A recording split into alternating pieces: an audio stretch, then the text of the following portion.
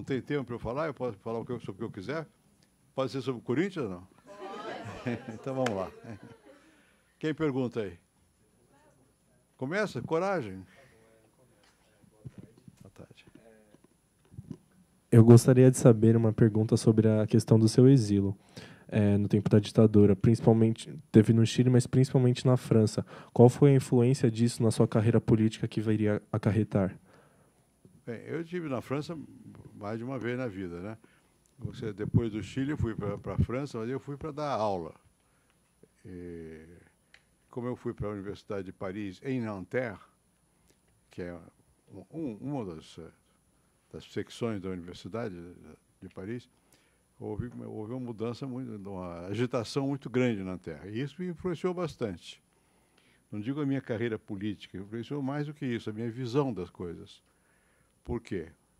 Porque isso foi em 1968.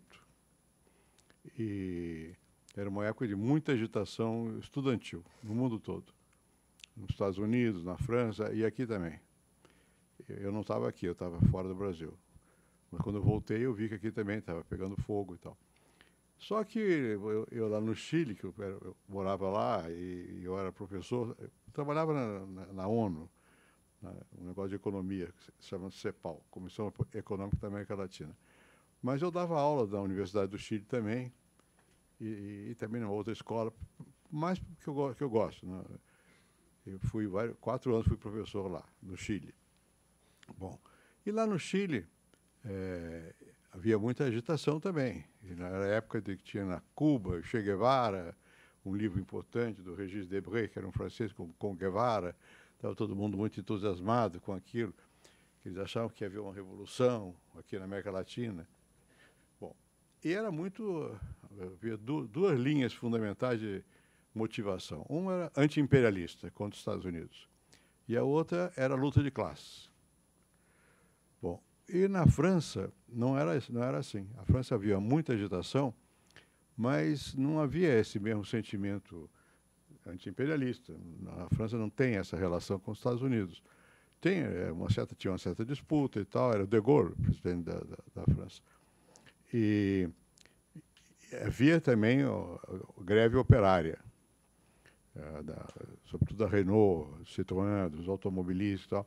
Mas isso era habitual na França. O movimento sindical francês era e é muito forte. Bem, então, mas um ponto tal que um brasileiro que vocês devem conhecer pelo menos de nome, Celso Furtado, estava lá também e nós almoçávamos todo dia não, toda quarta-feira num restaurante, juntamente com um outro chamado Valdir Pires, que foi ministro do Lula, de Defesa, e um amigo nosso, Luciano Martins. Nós almoçávamos e quem mais conhecia a França era o Celso.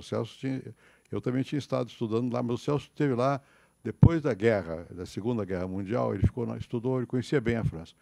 E chegou um amigo nosso aqui do Brasil, que foi governador de Brasília, também foi do tempo do Jânio Quadros, e perguntou o que vai acontecer aqui na França. E o Celso Furtado, que era quem sabia das coisas, nada, porque aqui nós chegamos a um grau de racionalidade tal que, nesse momento, está havendo uma discussão dos sindicatos com o governo, no Palácio de Matignon, que era o primeiro-ministro da França. E a coisa aqui é racional, cada um leva a sua bateria de informações, sabe o nível de vida, o salário, não vai acontecer nada. Bom, e um mês depois a França também estava completamente revoltada. Mas a revolta, isso que naquela época lá, não estava orientada nem pelo anti-imperialismo e nem propriamente pela luta de classes, embora houvesse essa dinâmica de classe, mas não era isso. Eles estavam muito mais interessados na vida das pessoas. Uma revolução, se eu posso usar a palavra abusando, cultural. Quer dizer, como é que eu vivo? Vale a pena viver? Meu modo de viver está bom? Bom, e o que motivou os franceses aqui? Quase derrubaram o presidente da França, que era o De Gaulle. O que motivou o pessoal a ir para a rua? Houve muita manifestação de rua. Eu morava num lugar, Daniel conhece ali, perto de Saint-Germain, uma ladeirinha que dá na Rue Monsieur-le-Prince, um escalier, não me lembro o nome. Enfim, aquilo, mais de uma vez, eu não podia chegar em casa, porque a cidade toda tomada, e briga, e bomba lacrimógena, que tem essas coisas de cena, a polícia reagindo e tal. e muita gente na rua discutindo, mas aquilo pegou fogo quando a televisão francesa entrou no debate, os meios de comunicação, e passou a ser o seguinte: o que eu faço com a minha vida? Um pouco como se fosse existencialista.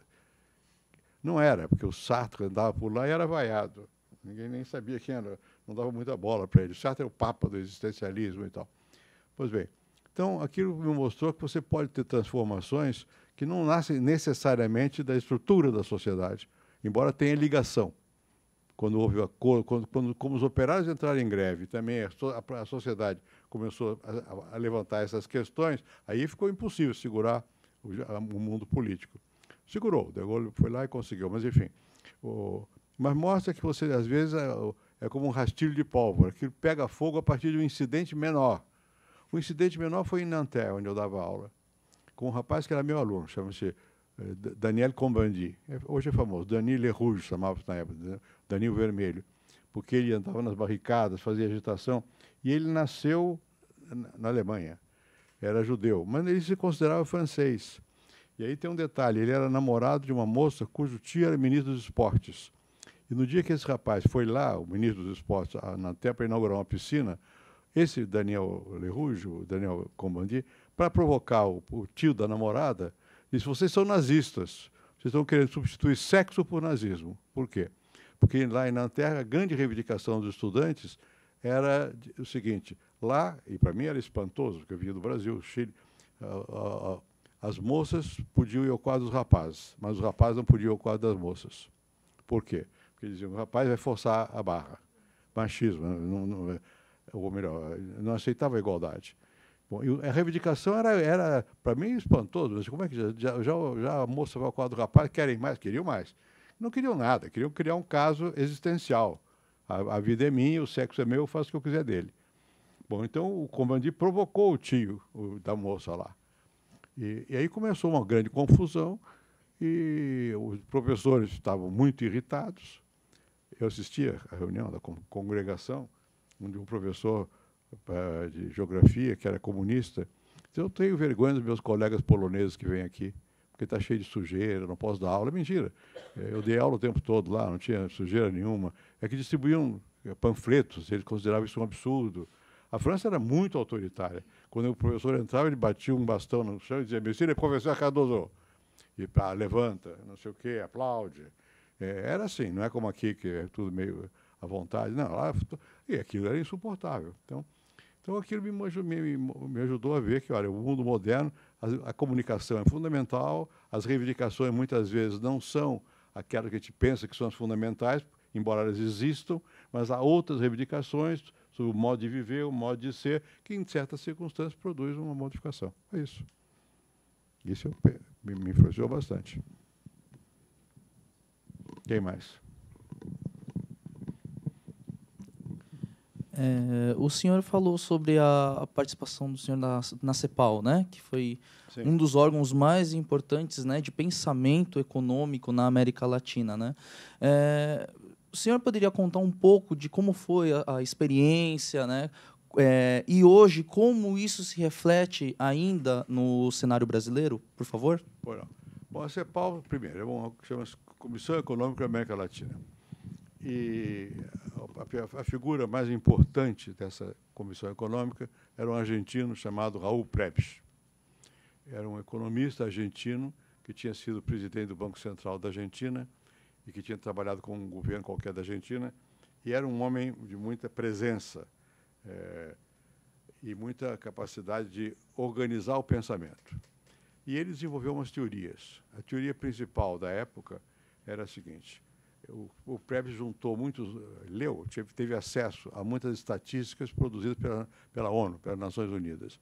E essas estatísticas mostravam o seguinte, que na relação de comércio mundial, os produtos manufaturados levavam vantagem sempre sobre os produtos agrícolas, que chamavam de commodities e minérios, produtos primários. Levavam vantagem e o Prebisch tinha que explicar por que isso. Porque, pela teoria geral da economia, do Ricardo, os preços deveriam se... Ricardo em inglês, né? Os preços deveriam se igualar. com o tempo, né? Se deixa o mercado livre, o mercado vai procurando seus pontos de equilíbrio e deveria haver uma equalização. Não houve. Sempre houve uma desvantagem e as matérias-primas flutuam, como até hoje. Os preços sobem e descem. Então, ele disse, olha, não há isso acontece porque os sindicatos dos países organizados conseguem melhorar seus salários, enquanto que os outros países não têm organização sindical suficiente, o salário é desigual, a produtividade aumenta muito lá, porque são produtos industrializados, isso distribui um pouco, porque os salários aumentam um pouco, enquanto que nós não. Então, qual é a saída para os países chamados, na época, subdesenvolvidos? Você tem que industrializar.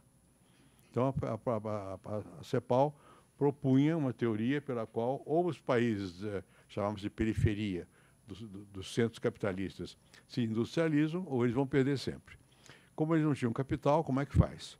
Precisa ter alguma organização. Daí o governo, precisa ter Estado. E, se possível, um planejamento para dizer onde é que põe o capital, não sei o quê. E, no caso do Prebisch, ele dizia, tem capital lá fora, podem vir, mas tem que haver o país local tem que ter um Estado, um governo, capaz de, mais ou menos, controlar para onde vai, onde não vai, etc, etc. Isso foi uma coisa muito, enfim, motivou a ação de muita gente e dos governos de muitos países, na América Latina especialmente. E a CEPAL era um centro que treinava economistas. E treinou, na verdade, mais que economistas, treinou uma burocracia. Chegou um momento, esse momento que eu vivia lá, que os ministros de fazenda, planejamento, a ideia de planejamento vem daí. Você tem que organizar o governo, planejar.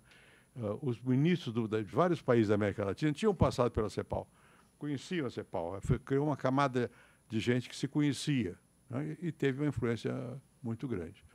Isso foi a CEPAL, que existe até hoje, mas não tem a mesma influência, porque o mundo mudou bastante e porque houve, enfim, a globalização, que muda um pouco essa cena que eu descrevi aqui, embora haja elementos dela ainda presentes.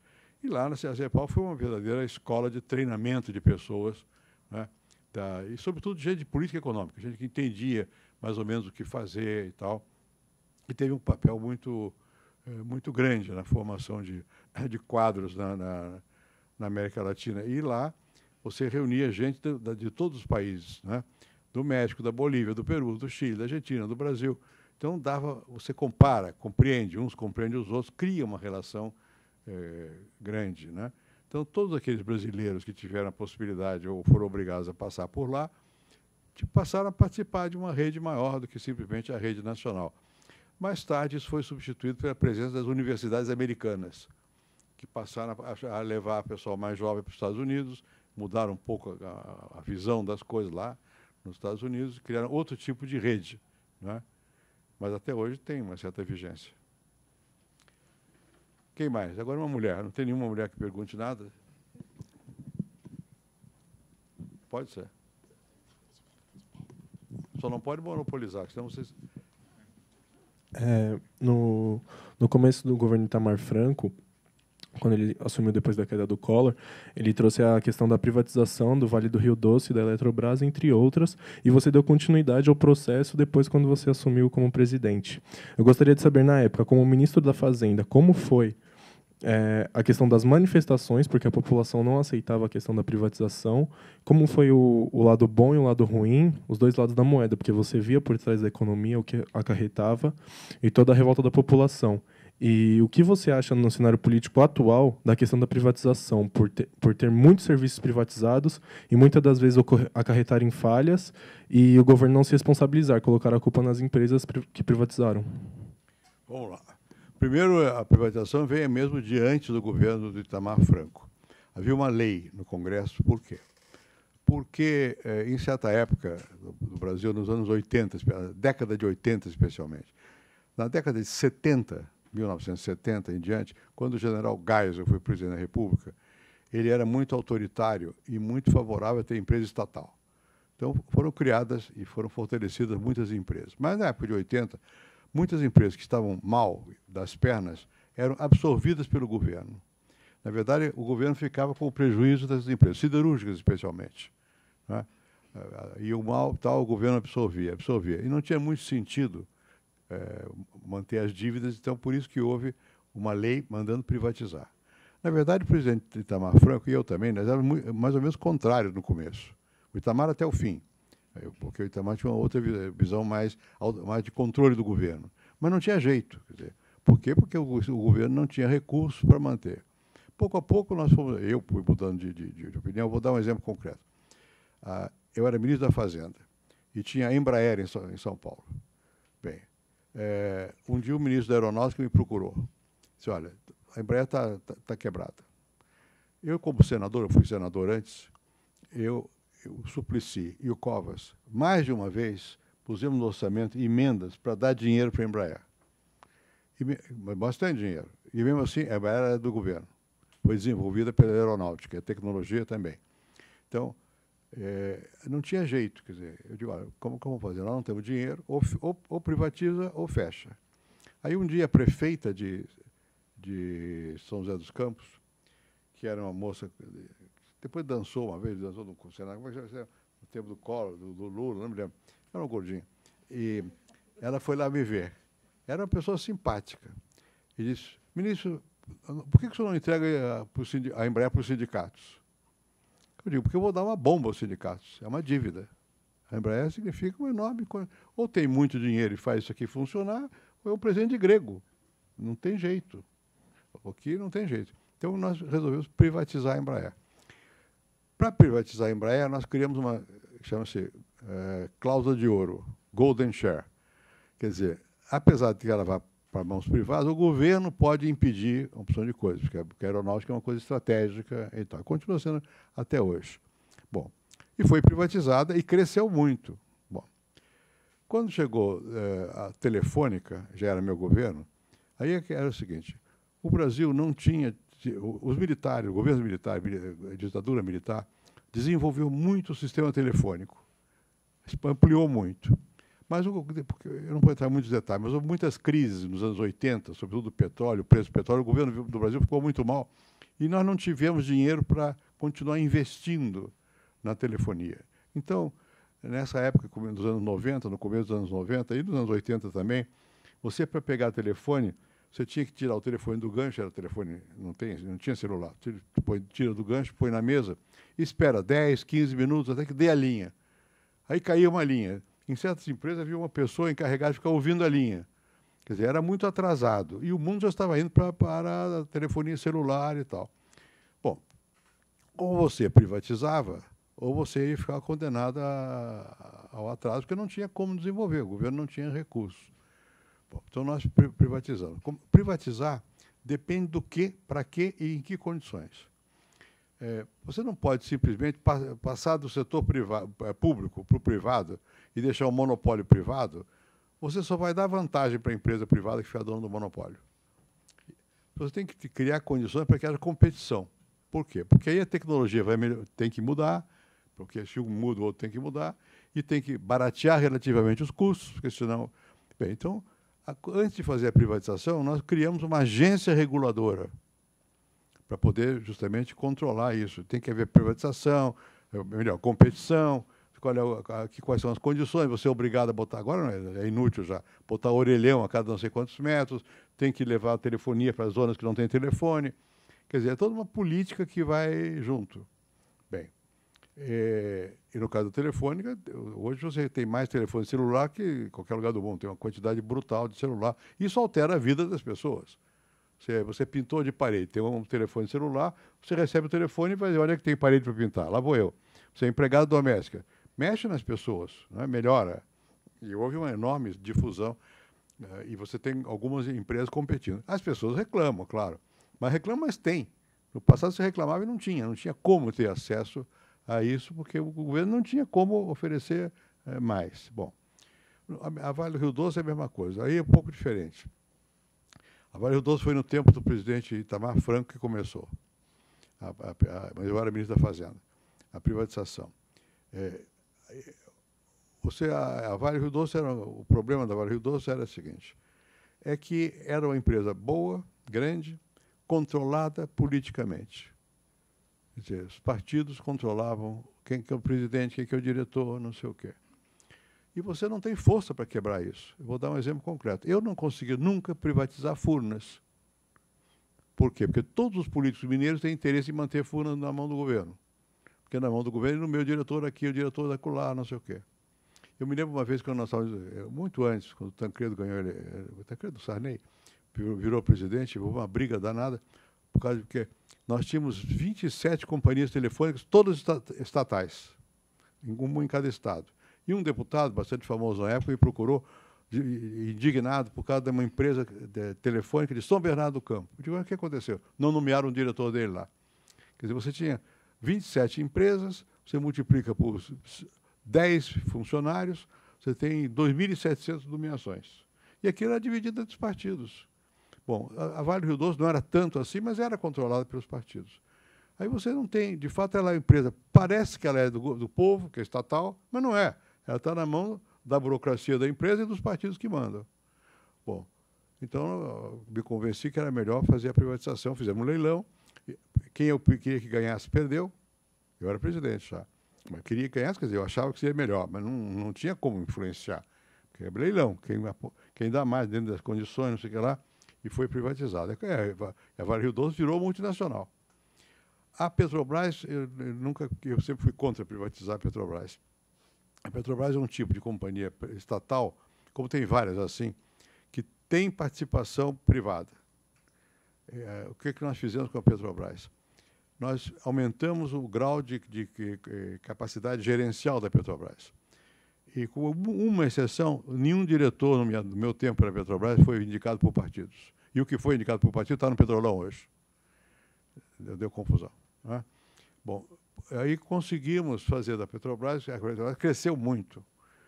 E cresceu como uma empresa, e tinha um conselho, aquele conselho era composto pelos próprios diretores. Não pode. O conselho administrativo é o órgão que controla os diretores. Mudamos isso. Ampliamos, pusemos gente no conselho de administração desligado da vida funcional e de partidos e tal. Então, é complicado tudo isso. Agora, não é que a privatização resolva tudo, depende o quê e depende como. E como é que você faz. E precisa ter sempre uma agência governamental, como tem a Anatel e coisa, mas só que a Anatel foi desfigurada. Tem que ter agência governamental que seja capaz de dar regras e cujo objetivo é qual é o seu interesse. Está servindo ao público ou não está servindo ao público? Né? E, claro, o governo também não pode mudar a tarifa toda hora, porque senão você atrapalha os acionistas.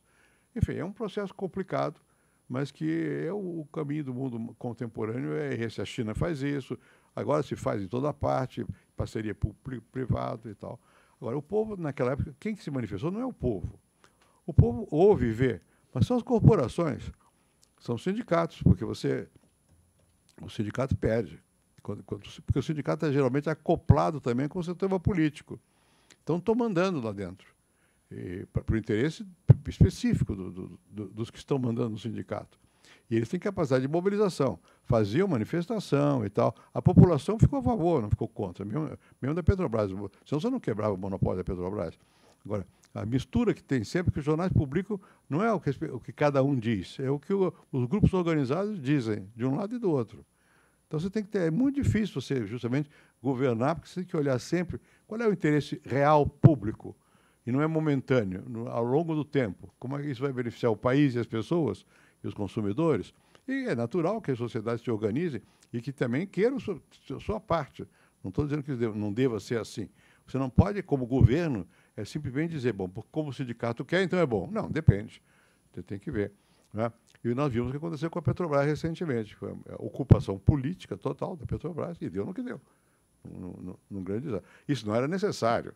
Isso não quer dizer só nem toda empresa estatal vai ser desse jeito. Isso é o setor político que abriu as portas e permitiu que o setor privado se associasse e saqueasse, no fundo, o interesse público.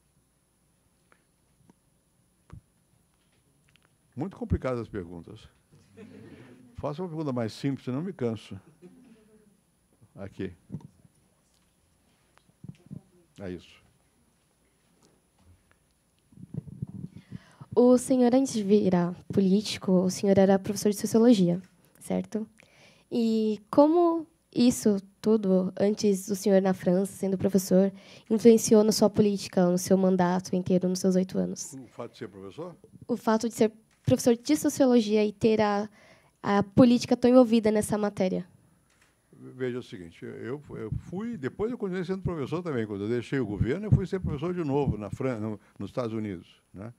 Bom, eu fui treinado numa escola, uma forma de pensamento, que foi aqui na Universidade de São Paulo, em que você tinha o seguinte, que o professor tem a obrigação de explicar as questões aos estudantes e motivá-los, e não de transmitir a sua opinião política. Claro, você tem a sua opinião política, você pode até revelar, mas você tem que ir com cuidado, porque você tem o estudante está à sua disposição. Se você começa a induzi-lo para um lado, a possibilidade que ele vai é muito grande. Então, você tem que mostrar, tem que formar, criar pessoas mais autônomas, que sejam capazes de pensar pela sua própria cabeça o que é bom ou o que é mal. Eu nunca fui favorável a ser que o professor que fosse alguém que seja um pregador. Você não é pregador, você tem que chegar lá e dizer por que são as coisas. Me pergunto como é que é ser Paulo. Tem que explicar qual é a teoria. Não estou dizendo nem sou contra nem a favor. Como é que é a teoria? Se quiser saber por que eu sou a favor ou contra, eu posso dizer, mas tem que explicar qual é a teoria, né? Bem, e, por outro lado, o fato de eu ter sido professor, eu comecei a dar aula quando eu tinha, sei lá, 18, 19 anos. Na USP, quando eu tinha 21. Mas antes eu dava aula em cursinho de história. Então, eu tenho um longo, eu gosto de dar aula. Bom, e isso, claro, que condiciona seu modo de ser, não é? Quer dizer, você tem que ter uma pessoa que você tem que ouvir o outro e responder, e não sei o quê. Não é você cair de paraquedas dando uma ordem. Não é? Isso influencia o seu modo de ser. E a política mudou muito do meu tempo de jovem para cá. Eu sempre acompanhei a vida pública. Meu pai era militar, depois foi deputado. Enfim, eu tinha uma certa informação sobre as coisas, mas eu não tinha necessariamente que ir para a vida política. Pelo contrário, minha vocação era muito mais acadêmica do que política. Eu, de alguma maneira, fui sendo levado para a política pelas próprias situações, né? O golpe militar de 64, a impossibilidade de dar aula, voltei, ganhei a cátedra, de novo me aposentaram compulsoriamente. Então, você diz, bom, tem que fazer alguma coisa, porque o mundo existe e está contra mim. Ou não é contra mim, mas tem. Então, você vai participando mais amplamente. E tem uma outra questão que eu acho que é importante. Se você é professor, você tem que saber falar. O professor que não fala é mau professor, né? Basicamente, o professor tem que motivar o outro, né? E isso é na política um pouco assim também. Você tem que saber expressar o que você pensa. E eu aprendi, não é que eu aprendi, pelas circunstâncias da vida, o professor não é um ser que faz comício. Bem, a primeira vez que eu fui debater, há muito tempo isso, era regime militar, tudo fechado, houve uma abertura para um debate. Eu fui debater na televisão com um candidato contra mim, que era o Cláudio Lembo. E, bem, então, como eu não sei gritar, eu não sou de retórica de comício, né, e no comício eu vou mal, na televisão eu vou bem, porque eu falo, eu converso. E isso foi vantajoso. Quando eu fiz esse debate com esse Cláudio Lemos, os meus colegas do mesmo lado que eu, que eram, na época, mais importantes que eu, Almino Afonso, tinha sido ministro do Jean Goulart, o Plínio Arruda Sampaio, que foi candidato a presidente da República, não sei o que, o Zé Serra, eles ficaram decepcionados, porque eu não falava com a ênfase que eles gostariam. Se eu falasse com a ênfase que eles gostariam, eu perdia o público na televisão. O público da televisão não é de gritaria. E hoje, quem não for capaz de mexer no iPhone, está perdido, porque não comunica. Você pode morrer de fazer discurso que não vai adiantar nada. Você tem que falar aquelas coisinhas ali e mandar mensagem, falar curto no aparelhinho e tal, no YouTube. Quer dizer, as coisas mudam. Então, o fato de eu ter sido professor me impediu de ser retórico demais, o que foi bom. Demais. Um pouco de demagogia a gente sempre faz, né?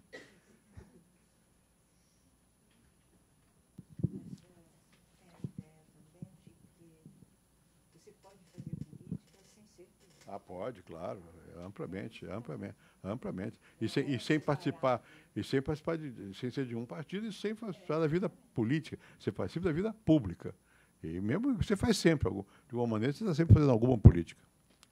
Sobre o cenário político atual, o senhor, como um ex-presidente e como cidadão, acha que a reforma da Previdência foi necessária? Olha, eu tentei essa reforma. Essa não sei, uma reforma. Qual era a ideia? Quando eu propus, era para ter aposentadoria os homens aos 60 e as mulheres aos 55. Acho que era isso. 65, 60, não me lembro. Não, é muito menos. Bom, perdemos por um voto. Precisava ter 308, como agora. Eu tive 307. Por que isso? Porque a geração da demografia mudou no Brasil. Hoje as pessoas... Quem chega aos 60 anos tem esperança de vida até 80 e poucos. Não é ao nascer. É quando você chegou lá. Então, a quantidade de pessoas que se aposentam aos 60 vai aumentando o número de anos que elas vão ficar dependendo da aposentadoria. No nosso sistema brasileiro, como é que é a dinâmica da aposentadoria? A geração que trabalha sustenta quem não trabalha. Não é? Essa é a regra. É uma relação intergeneracional. Se a geração que não trabalha fica durando muito tempo, os que trabalham vão ter que pagar mais de imposto. Então, você tem um problema complicado aí. Quer dizer, a Previdência não fecha. Quer dizer, a cotização que é feita é muito abaixo do que você gasta. Bem, só que na Previdência tem várias categorias de pessoas. Uma você tem o INSS, outra é a aposentadoria pública. Do INSS, as pessoas têm uma regra que tem um limite do máximo que eles recebem, eu não me lembro exatamente, digamos que seja R$5.000. Na aposentadoria pública é integral. E se você é desembargador, vai ter uma aposentadoria enorme. Se for, enfim, em tudo é assim. É muito desigual as condições de aposentadoria. Além do mais, você tem as corporações que se organizam, obtêm vantagens. Né? Bom, claro que você tem o setor militar e o setor civil. O setor militar tem a seguinte peculiaridade. Você não pode ter um exército de velhos. É verdade que nós não temos tido guerra, mas em tese tem que imaginar que tem guerra. Então, eles têm que se aposentar. Então, a quantidade de militares aposentados é enorme. Eu me lembro que, quando eu era presidente, eu tinha um ajudante de ordens que era da Marinha. Eu digo, calcula quantos almirantes nós temos no Brasil, quantos tem na Inglaterra. Nós tínhamos 10 vezes mais. Não é nativa, também nativa, mas de aposentados também. Mas a Polícia Militar de São Paulo, você chega até coronel, e aí se aposenta. A quantidade de coronéis aposentados é enorme. Bom, e eles têm que se aposentar mais cedo. Então, você não pode fazer a mesma regra. Não é? E também não acho justo fazer a mesma regra para quem trabalha no campo que quem trabalha na cidade. Porque no campo a vida é mais... Enfim, precisa ter um pouco mais de diferenciação e quebra de privilégios. Mas isso não impede, não diminui a questão da idade, que todos vão morrer mais tarde. Você pode dar até acho eu, seria até correto dizer, trabalhador rural pode se aposentar um pouco mais cedo. Mas eles também vão durar mais tempo. Então, se não fizer isso, o que vai acontecer? O que está acontecendo no Rio de Janeiro? O que está acontecendo no Rio de Janeiro? Nada mais funciona, porque não tem dinheiro. E o Rio não é o exemplo extremo, mas não é o único. Tem vários estados que estão indo nessa direção. Se nós continuarmos como estamos, daqui a 20 anos, o Brasil quebrou, porque não tem como sustentar. Então, tem que fazer uma reforma na Previdência. Eu tenho dito que eu posso e a quem eu posso, o foco não deve ser só equilíbrio fiscal, embora esse seja o objetivo também. É desigualdade. Tem muito privilégio. Tem gente que se aposenta com muito salário e outros com pouco salário. Uns mais cedo, outros mais tarde. As mulheres vivem mais que os homens, em média. Claro que tudo é em média, então, concretamente, pode ser injusto, mas em média vive mais. Por que vai aposentar mais cedo? É porque tem dupla jornada de trabalho. Tá bem. Tendo, tudo bem. Quando tiver. Enfim, e é muito difícil você especificar esses casos e ser justo na regra da Previdência. E o que o governo faz? O governo diz, olha, eu estou sem dinheiro, eu preciso de dinheiro. Como é que eu faço? Eu tenho que diminuir, aumentar o número a quantidade de anos que a pessoa trabalha e ver se aumenta a cotização. Bom, tem soluções, mas são complicadas. O Chile tomou uma decisão, que é a seguinte, basicamente, você tem que ter fundo de capitalização, previdência privada, mesmo que seja feito, controlado pelo governo. Você cotiza todo mês, você vai ganhar de acordo com o rendimento que o teu dinheiro vai dar quando você se aposentar. Em tese é muito bonito, Porém, os que já têm direito, como é que fica? Então, no Chile, houve um momento que o governo tinha muito dinheiro. Então, o governo se incorporou os que já tinham direito. Aqui no Brasil, eu mandei calcular. Era um PIB do Brasil. Como é que faz? Para você passar tudo para o setor privado, não pode. Vai ter que ter uma aposentadoria pública, porque senão, para ser tudo do privado, os que já têm direito, o governo tem que capitalizar, dar o dinheiro para eles terem o equivalente ao que teriam. Então, são assuntos muito complicados e que são tratados na rua, como é natural. Sou contra, sou a favor. Não é contra, é a favor. É dado, vê como é que fica. Como é que você organiza isso, como é que você reduz as desigualdades, como é que você, ao mesmo tempo, presta atenção, porque a geração futura vai ter que ter aposentadoria também, como é que você mantém. Eu não vi o que está no Congresso agora, mas é sempre assim. O governo pede 100. Na verdade, não é nem o governo. O ministro da Fazenda, Finanças, eles querem esfolar. Tudo. Vai para o Congresso modera. O jornal vai noticiar. O governo recuou. Às vezes recuou, mas às vezes tinha que recuar, porque tem que fazer um certo jogo. Então vamos ver, eu não sei o que vai sair desse imbróglio todo que está aí. É difícil saber, porque o Congresso é pouco digamos, regular. Ele pode tomar decisões meio repentinas, mas alguma decisão vai ter que ser tomada, senão daqui a 20 anos nós não temos nenhuma aposentadoria. Você quer se aposentar? Quem perguntou isso? Presidente, hoje existe uma criminalização não só dos políticos, mas da política bastante também. As pessoas que querem se manifestar, as pessoas que trabalham na área sociopolítica são muito criminalizadas e estão expostas a muita violência, né? Existe algum tipo de manual de sobrevivência para quem quer se manifestar? E eu pergunto isso porque eu escrevo no Quebrando Tabu, né? E o bicho está pegando. Sim, né? Não, é difícil, realmente.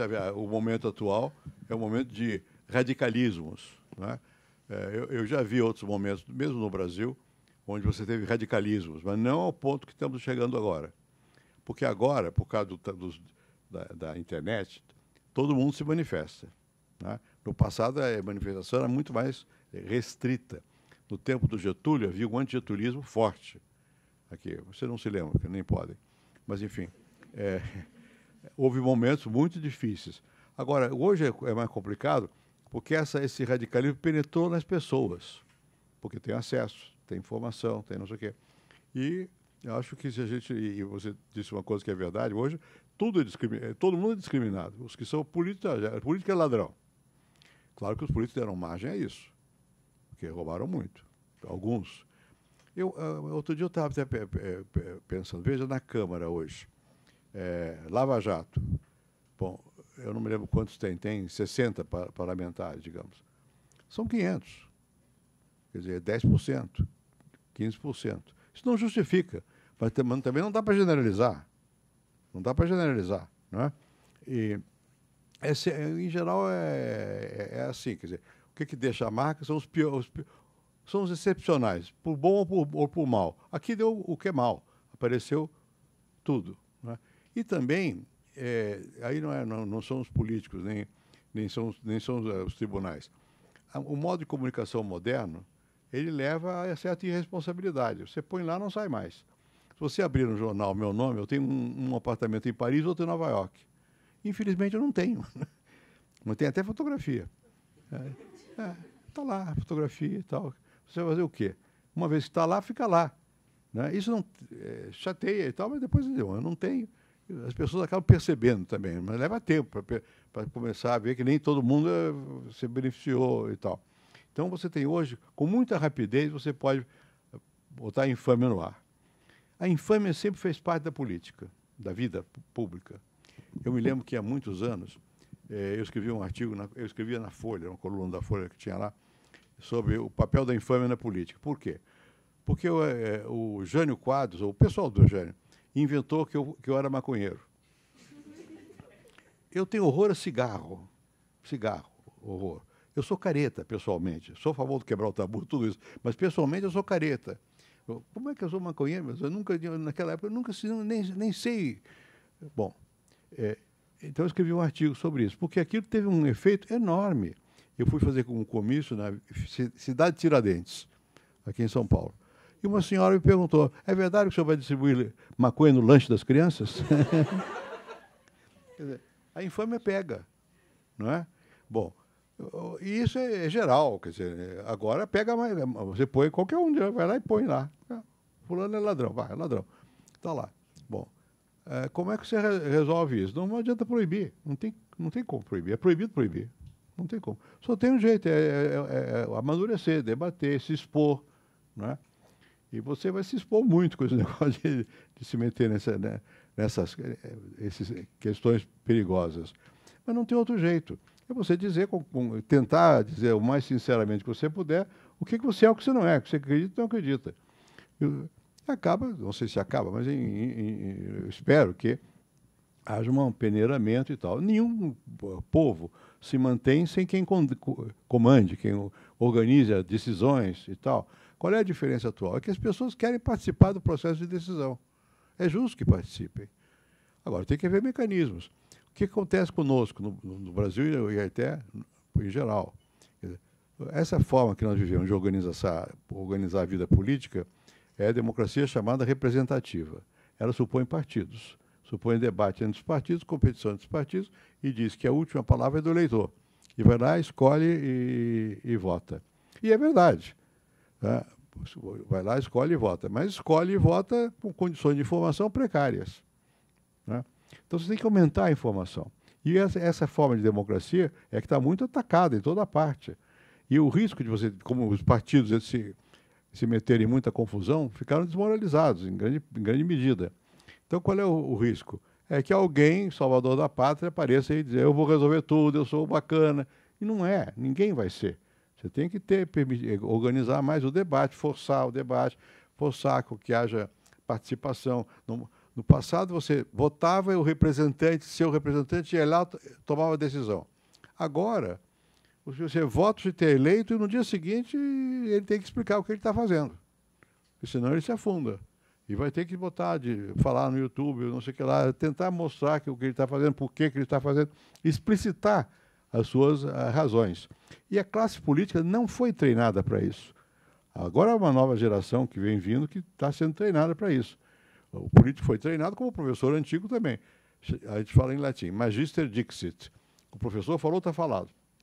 O político pensava que ele era assim também. Eu fui eleito, então toma decisão. Não é mais assim. Você foi eleito, mas não está com a bola toda. Você vai ter que se explicar. Todo instante você vai ter que se explicar. Isso, desde que eu fui eleito, né, presidente, eu já dizia isso. Olha aqui, os votos você tem no dia da eleição.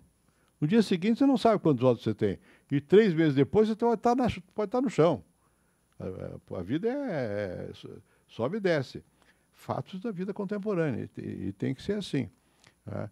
Agora, só tem uma saída, é lutar o que você está fazendo. Põe lá, vai lá. Tem que haver controvérsia, tem que haver várias opiniões, tem que haver tentativa de dizer por que você acha isso ou aquilo. Né? No caso de Quebrando Tabu, isso é tirado daquele filme que nós fizemos, que era sobre questão de droga. Né? Tema perigoso. Ninguém quer falar de droga porque queima. Político, então, tem horror. Mas ou você fala ou você esquece uma realidade e vai te consumir. Então você tem que falar e tem que ver como é que resolve isso, ou não resolve. É preciso resolver mesmo, em qual e tal. Vai discutindo. É assim em tudo.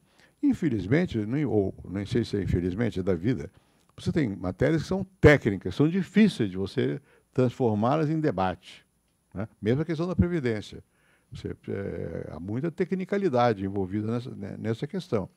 Mas mesmo assim, em linhas gerais, você tem não digo todo mundo, mas muitos são capazes de explicar e todo mundo é capaz de entender quando a explicação é razoável, e tomar partido, estou para cá ou estou para lá, desde que dê elementos. Né? Claro, o risco é muito grande. Você vê que os americanos acabaram de eleger o Trump. Por quê? Porque o Trump foi mais rápido que todos eles em mexer nesses instrumentos modernos de comunicação. Né? E o Trump é um perigo, a meu ver. Né? Mas está lá, foi eleito. Só que a sociedade americana, como ela é muito institucionalizada, o Trump já não vai poder fazer o que ele queria. Vai ter que, quando uma vez no poder, não é que a minha palavra é lei, vai ter que discutir. Né? Seria, a meu ver, seria melhor que não fosse eleito, mas foi eleito. E aqui todo mundo reclama do Congresso. Mas quem que vota no Congresso? É o povo. É o povo. Né? Quer dizer, não é só... Não é só o Congresso. E todo mundo sabe, fulano de tal é ladrão, mas vai ser eleito. Votam. Né? Como é que você faz isso? Você vai proibir? Não pode. Você tem que entrar na briga e tentar convencer, sendo democrata. O outro vai querer impor. Eu não sou. Quem mais?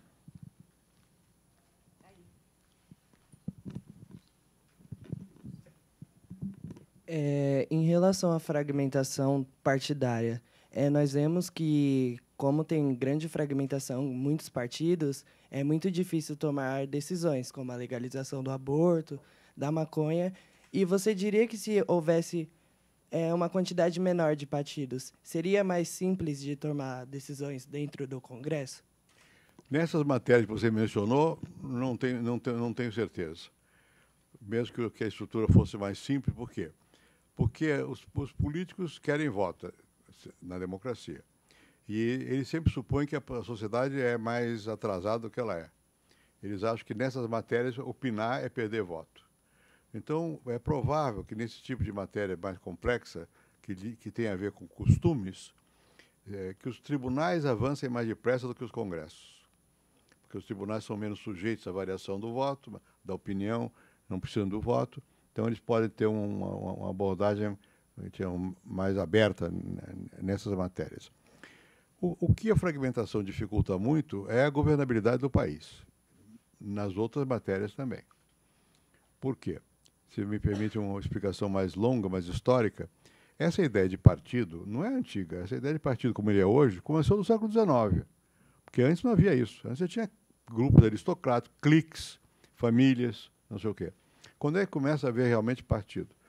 Começa a haver realmente partido com a industrialização, a urbanização, quando você tem massa de gente, trabalhadores, os partidos socialistas, comunistas, e mesmo os partidos de classe média, enfim, começa a se organizar de que maneira? São pessoas que se organizam fora da vida institucional, fora do parlamento, para ter influência sobre o parlamento, né? E fazem afiliação em partidos e tal e coisa. Bom, e geralmente, sobretudo a partir do século XIX e no século XX, havia uma correspondência entre esses partidos e as sociedades. Um defendia os trabalhadores, outros os banqueiros, outros a classe média, outros o pessoal do campo. Não era nitidamente assim, mas havia uma certa relação entre o partido, aqueles que votavam no partido, a ideologia do partido e o poder político que essa gente tinha. Bem, a nossa sociedade fragmentou também, não foram só os partidos. Você já não tem as classes do jeito que tinha antigamente, era muito mais fragmentada. Você tem muita mobilidade social. Quer dizer, você vai na USP e pergunta quantos dos pais dos alunos da USP estudaram no curso superior. Muito poucos. É um dado positivo, você está democratizando. Né? Está havendo uma ascensão social. Bom, e isso levou também a uma mobilidade ocupacional. E as pessoas têm muitas ocupações, não tem nem emprego, às vezes, definido, tem ocupações. É mais difícil que os comportamentos das pessoas se deem em termos da solidariedade abstrata com uma classe. Elas têm uma solidariedade mais concreta com um grupo menor, que é fragmentado. E a fragmentação dos partidos não corresponde a essa fragmentação da sociedade. Então, os partidos são fragmentados, ficam flutuando numa bolha, a sociedade é fragmentada e está no outro setor. Não tem correspondência. Como é que você governa? Então, o que acontece? Isso é a dificuldade de governar hoje. Porque você vai para o Congresso, tem 28 partidos no Congresso. Tem 50 esperando entrar no Congresso. Por quê? Porque nós fizemos uma Constituição, eu sou constituinte, participei da feitura da Constituição, nós tínhamos horror à ditadura, então nós escrevemos na Constituição que os partidos são livres. E o Supremo Tribunal interpretou que isso quer dizer que não pode pôr regra nenhuma. Então, você não tem regra nenhuma. Quem quiser fazer partido, pode fazer partido. Bom, os deputados descobriram com o tempo que era vantajoso fazer partido. Por quê? Porque eu agrego 30 pessoas, 15 pessoas, e com esse grupo eu tenho várias vantagens. Primeiro, eu vou ao governo e quero um lugar no governo. Eu tenho 20 votos. Então, se você não me der uma diretoria de uma empresa importante, eu não dou o voto. Tá. Segundo, esses partidos, na hora da eleição, eles têm direito a tempo de televisão. Então, eu representando o partido, eu vou lá e digo, eu vou apoiar tal candidato, se ele me der tal vantagem, aí eu dou o tempo de televisão. Terceiro, inventamos no Brasil um fundo partidário. Então, todos os partidos que têm registro têm acesso ao fundo partidário. Então, você vale a pena financeiramente. Você cria um partido, você tem 15, 20 deputados, é pequeno, mas você tem acesso a essas coisas que eu disse e mais ao fundo partidário. Se o fundo partidário, estou querendo aumentar para 3 bilhões agora, ele é quase 1 bilhão. Você é um pequeno partido, você não tem nada, tem 10 milhões por ano. Mas esse pequeno partido tem um dono, uma família que é dona dele. 10 milhões, meu Deus, é um dinheirão de renda. Corresponde a uma fortuna enorme. Então, tem muitas coisas que levam à criação de partidos, à fragmentação, e transformou os partidos em uma sopa de letras. Não é nada. Eu vi recentemente uma pesquisa, eu não vou dar o nome dos partidos, para não parecer que estou... Mas a população reconhecia, ou melhor, estava mais ou menos a favor, muito pouco, o mais se tinha 14%, de 3 partidos, e um menor que estava subindo. O resto é de 1% para baixo. Quer dizer, não tem nenhuma ligação. Eu mesmo não sei os nomes, PH, não sei o que lá, eu sei lá o que é isso, não sei. Né? Então, não é nada, é uma coisa concreta, está errado esse negócio. Não é representativo, é uma coisa que está forçada e que dificulta muito a condução dos negócios de Estado e também essas outras questões todas, que é uma fragmentação brutal. Né? E tem muitos partidos agora que são confessionais, são ligados à religião, né? Que é outra coisa complicada. Né? Enfim, nós estamos numa situação que vai ter que ter alguma reforma, vai ter que haver dessas instituições, porque tal como elas estão, ninguém crê, ou poucos creem nos partidos. E mesmo os partidos, os poucos que têm ainda alguma orientação, as pessoas desconfiam. Então, daqui a pouco vai ser necessário uma refundação do sistema institucional brasileiro.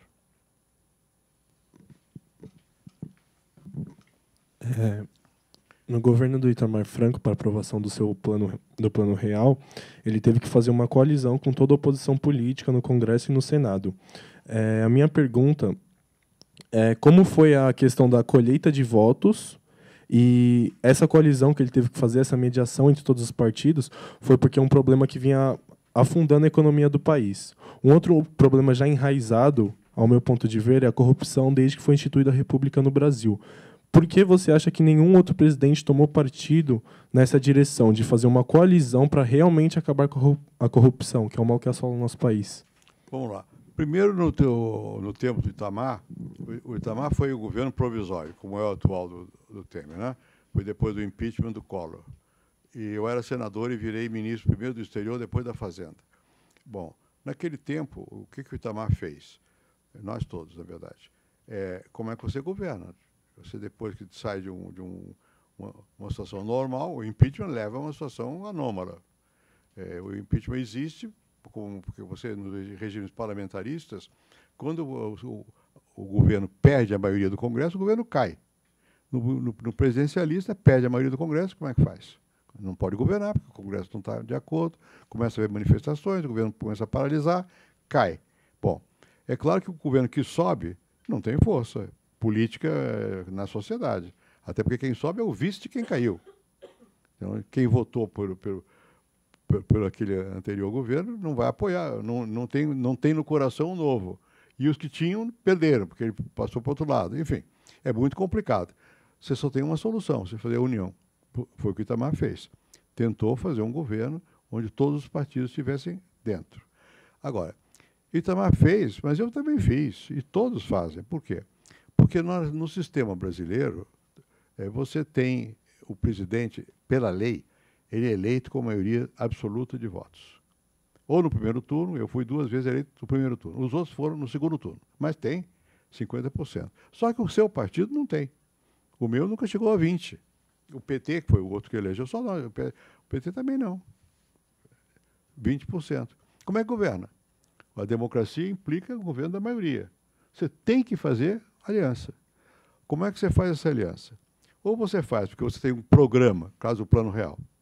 O programa veio depois. Eu fui o 4º ministro em 7 meses. Era muito difícil a situação. Aí nós fizemos um programa. E você tem que obter votos do Congresso. Como eu era senador, eu ia ao Congresso e discutia. E era difícil, com todos os partidos. Alguns ficam contra, porque são contra que querem ter o governo depois. Outros são contra, que discordam do que você está falando. Enfim, mas no fundo você sempre tem que ter pessoas que vêm de vários partidos para poder ter a maioria e aprovar a legislação. Bom, assim foi. Agora, a questão da corrupção, que vai junto. Naquele tempo não havia, o que foi instituído depois, ninguém pensava em comprar voto de parlamentar. Não havia essa instituição. Você podia dizer que sempre houve corrupção desde de Cabral. Isso é outra coisa. Sempre houve pessoas que se desviaram de conduta. Agora, você comprar voto para ter a maioria, aí você está corrompendo a democracia. Não é você que está sendo só, você é corrupção da democracia. Bem, e essa corrupção, tal como nós estamos vendo agora, organizada e tal, não existia. Não existia, simplesmente não existia. Você não tinha. Isso é uma coisa recente. Não quero dar nome aos bois para não partidarizar. Mas não era isso. Tinha gente corrupta, sim, sempre teve. Houve corrupção a vida inteira. Você não pode, você não sabe. Você não está de acordo. Você não vai apoiar. Você não vai usar o dinheiro. Você não vai fazer com que o seu partido se beneficie daquilo. Não vai organizar canais regulares de pagar o partido. Né? Então, são coisas complicadas. Quer dizer, nós, além da fragmentação, que é um dado, tem outro dado que é uma desmoralização. É você aceitar que a corrupção é um instrumento de poder. É diferente. Não é só a corrupção de A, B ou C que roubou para botar no bolso, mas você achar que você pode usar o dinheiro para manter o poder. Aí fica muito mais complicado. E, infelizmente, aconteceu isso aqui no Brasil. Então, mesmo que nunca houve uma aliança anticorrupção, porque a corrupção não era um problema político partidário, era um problema de comportamento, de condutas individuais. Agora passou a ser, e envolveu quase todos os partidos, se não que todos os partidos. Então, nós temos que tomar medidas. E como a classe política em si não toma, a justiça está tomando. É o que está acontecendo. E tomara que tome mesmo, porque não tem outro jeito.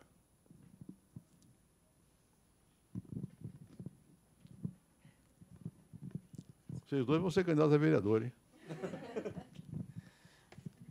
O senhor, durante todo o tempo na vida política, né, deve ter passado por várias situações nas quais as decisões foram muito difíceis, muito pesarosas, né?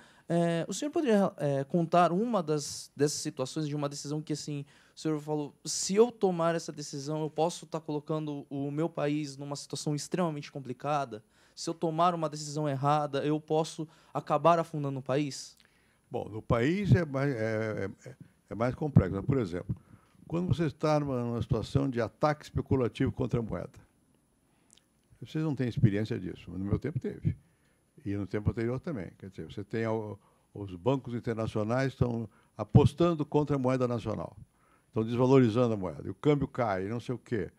Aí você tem que tomar medidas, muitas vezes, que são arriscadas. E você sabe que, se não der certo, pode afundar. E você nunca tem certeza se vai dar certo, mesmo que você tenha boa intenção, porque o dar certo em política não depende só de você, depende dos outros. Né? Então, isso aconteceu várias vezes no manejo da coisa cambial, esse tipo de questão. Mas isso você enfrenta, porque você tem seus argumentos para enfrentar. Você pode perder, pode dar certo, pode não dar certo. Às vezes piora, às vezes não, você recupera ou não e tal. Às vezes tem outras questões do ponto de vista de relações pessoais, que são muito difíceis também. Demitir um ministro que você gosta dele, mas que ele fez uma coisa que você não pode aceitar. Não de roubo. Tomou uma posição política. Você vai fazer o quê? Você tem que demitir. É duro. Né? Isso já aconteceu mais de uma vez. Você tem que demitir. E aí? Essas coisas são todas doídas. E no nosso sistema, que é democrático e tudo mais, o papel do presidente é muito grande. Né? Sobretudo o efeito de exemplaridade. Depois você faz uma coisa, você faz errado, os outros vão fazer também, porque abriu a porteira. Então você tem que estar o tempo todo. E você sabe também que, em certos momentos, a decisão é sua. Quer dizer, e você não pode conversar com ninguém. Vou dar um exemplo simples. Esse que eu mencionei de câmbio. Você está sabendo que você vai mudar o câmbio. Você vai alterar a regra do câmbio. Você tem que negar isso o tempo todo. Porque se a imprensa sabe, ou se alguém sabe, ganha o dinheiro com isso. Ou atrapalha o que você vai fazer. Então, você vê como é diferente o julgamento sobre o político e o julgamento da pessoa. Você não pode mentir, mas você é obrigado a omitir. Porque se você disser a verdade, você faz um mal ao país, a você e a tudo. Complicado. Então, essas situações existem em muitas circunstâncias. E você nunca sabe qual é o limite entre aquilo que você pode dizer e não pode dizer, né? Mas é assim. Você não pode abrir o jogo toda hora, porque você tem efeitos negativos se você disser as coisas tal como te parece que elas vão acontecer. Então você tem que calar. E é difícil, porque a imprensa não é boba, ela vai perguntar, até você cair na conversa. Aí você fala uma coisa e pronto, estraga. Não vou dar exemplos mais concretos, mas eu conheço presidentes que, meu Deus, davam um trabalho enorme, porque eles diziam. E depois que diz uma coisa, como é que você faz? O presidente falou, está falado. E aí? Como é que você emenda o soneto? Não é? Então, é melhor não se meter a ser presidente da República. É muito difícil. Última questão.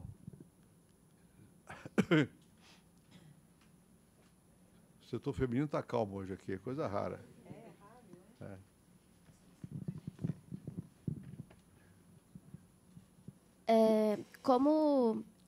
Por já ter participado desse meio de professores e já ter dado aula, eu gostaria de saber qual a sua visão em relação a essa reforma que está sendo comentada do ensino médio. Olha, eu ouvi a vida inteira dizer que era preciso ter mais foco e mais diversidade. A vida inteira disseram isso. Agora, quando faz, o pessoal reclama. Eu não sei, eu não conheço nos detalhes, mas se você comparar, eu fui professor nos Estados Unidos, na França, no Chile, no México, aqui, em vários lugares. Se você comparar o que deu certo, tal e coisa, em geral, o que dá mais certo é quando você tem maior opção, o que o aluno pode optar mais. Você vai para os Estados Unidos, você vai entrar na universidade e você quer fazer matemática e poesia grega. Faz.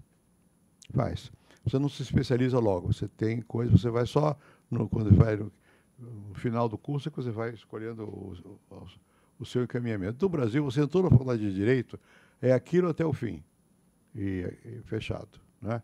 No curso secundário também. Quer dizer, o que estão propondo é abrir um pouco e dar mais entrada para os setores técnicos. Eu acho que está certo. Não posso dizer no detalhe, porque eu não sou educador, não acompanho, mas eu acho que está certo. Você tem que diversificar, dar mais opções, né? E tem coisas importantes, precisa ter um currículo nacional, precisa ter aqueles mínimos, não sei o quê. E, em geral, eu acho que o caminho está correto. Eu acho que isso vai ter que chegar à universidade, porque a nossa universidade, você escolheu uma carreira e acabou. Entrou no primeiro ano, se quiser mudar, você vai fazer de novo o vestibular. Senão você vai naquilo até o fim. O mundo não é mais assim. Você tem que dar mais opções, tem que permitir que a pessoa faça o seu currículo. Quanto mais a pessoa fizer o seu currículo, melhor, dentro de limites. Tem que ter os mínimos, mas depois tem que deixar. Como eu disse, começa com... Eu quero estudar física e poesia. Pode, no começo. Depois você vai escolher, vai ser físico ou vai ser poeta. Mas não há tanta incompatibilidade. Você pode ter uma visão mais abrangente, né? Eu acho que a direção que está sendo dada é essa. Eu vejo muita reação, mas eu sou contra, porque é do governo. Esse governo não quer. Tudo bem. Precisa separar um pouco o que é o governo que você não quer do que é as coisas que são do Brasil que você precisa fazer. Independentemente do governo tal ou qual, você tem que fazer certas coisas, né? E nem todo governo vai acertar tudo, vai errar também, né? E nem todos os governos fazem tudo errado, também não. Você tem que tentar... Enfim, está faltando um pouco, o americano chama common ground, um terreno comum. Quer dizer, por causa da questão que já foi levantada aqui, você que levantou, esse radicalismo, esse ódio, que diz, dificulta você entender que está bem, mas tem certas coisas que são comuns. Você precisa ter uma base consensual em certas áreas para poder o país sobreviver e avançar, né? Por exemplo, nós estamos agora numa situação difícil, tem 14 milhões de pessoas desempregadas. Isso eu acho que deve ser o maior pesadelo de todos nós. Como é que vai fazer? Nós temos 200 milhões de habitantes, 200 e poucos milhões de habitantes, é muita gente, né? Se não pensar um pouco, não dá para a gente se entender sobre o rumo do futuro, para poder ter um mínimo de oferta de emprego, de crescimento, de não sei o quê, tem que ter buscar alguns pontos de similitude para você dizer, por aqui eu vou. Daqui eu não passo, eu discuto com você, daqui por diante eu estou contra, você está a favor. Mas tem um mínimo que é necessário. Previdência é a mesma coisa que eu estava falando aqui. Precisa explicar, olha aqui, o que nós vamos fazer? Ou faz alguma coisa, ou daqui a 20 anos você não tem como pagar, porque o Estado vai à falência. Né? Então tem que fazer alguma coisa. Vamos discutir essa alguma coisa. Qual é o que é razoável, o que não é razoável. Né? E não vamos politizar no mau sentido. É de um lado e do outro. Não é só isso. Tem que ver a linha que eu estou querendo fazer. Né? Não simplesmente se eu sou a favor ou contra, porque eu sou desse lado ou daquele outro. Eu sei que é difícil. É muito difícil, mas tem que tentar. Se você perde a capacidade do outro te ouvir, acabou a democracia. A democracia implica que o outro te ouça. E você seja capaz, você mesmo, se o outro tiver argumento e força, você se rende ao outro. Não tem, eu não vou morrer do jeito que eu sou. Deus me livre. Você vai mudando. Você mudou de posição. É claro que eu mudei de posição muitas vezes na vida, porque o mundo mudou. Você também tem que acompanhar o que está acontecendo e tal. O que era razoável na minha juventude não é mais razoável hoje. Né? Então, eu acho que isso precisa ter um certo esforço não é das instituições, da cultura democrática, que nós não temos. A nossa cultura não é democrática. Né? Nossa cultura não é de igualdade, não é de igualdade. Eu estava na Argentina na semana passada, na volta eu ouvi no rádio aqui, um amigo meu, o Roberto da Mata, que é um antropólogo, ele falando que ele fez uma pesquisa sobre a fila. Ele é antropólogo. Fila. Você entrar na fila. Ele disse como é difícil para os brasileiros entrarem na fila. É verdade. Quando ele era moço, eu também, não tinha fila, era uma confusão. Quem chega primeiro? Né? Não tinha fila. Agora, pelo menos, tem um pouquinho de fila. Mas a pessoa quer ter o direito de furar a fila. Né? No meu caso, é quase impossível eu entrar na fila. Sempre tem alguém que, não, eu passo. Eu passo por quê? É porque é velho. Aí, tá bom, eu passo. Essa é a boa, é a que justifica passar. Mas não porque eu fui presidente. Né? Mas é difícil. Eu digo sempre a mesma coisa. Eu faço uma permanente tentativa de abrir a porta do meu automóvel. Sempre tem uma pessoa que está comigo que é mais ágil que eu e abre a porta. Eu faço a tentativa somente para o meu não achar que alguém tem que abrir a porta para mim. Quer dizer, porque nós não somos, de natureza, formados para igualdade. Nós somos formados para distinção. Para dizer, eu tenho privilégio. Né? Fila é horrível na cultura. Tem que dar um jeito de furar. E você conseguir alguma coisa, um passe livre, se possível. Então, a cultura nossa não é democrática. Vem de longe essa não democracia, né? Que resulta nisso. Mais facilmente, você cria um antagonismo irreversível, porque você não aceita que exista diferença. E existem diferenças, até mesmo de prerrogativas. Alguns têm que ter certas prerrogativas. Aí não é privilégio, é prerrogativa. O jeito tem lá, está andando capengando, você não vai botar na fila. Pula a fila, né? Enfim, em certas circunstâncias, mesmo em termos de consideração, algumas pessoas, tudo bem, mas tem que fazer um certo esforço que não é das instituições, é na gente, no nosso comportamento de aceitar que somos iguais, mesmo está havendo muita diferença, mas tivemos um permanente esforço de igualar. Essa é, eu acho que é a verdadeira dificuldade e luta no Brasil, como não é só no Brasil, é de você criar um sentimento de mais igualdade, mais democrático. Não basta o sentimento, você tem condições, mas você vai ter sempre desigualdades de vários tipos. Uns são mais inteligentes, uns são mais bonitos que outros, uns é alto, outro é baixo, um é mais magro, outro é mais gordo, isso não tem importância. Vai ter a diferença. Você tem que aceitar que há diferenças e que a diferença não significa que você tenha qualquer superioridade sobre o outro. E isso, botar dentro da gente, é muito complicado. Tá bom? Posso descansar? Pode. Tá bom, tchau, então. Vocês vão tomar café? Tranquilo.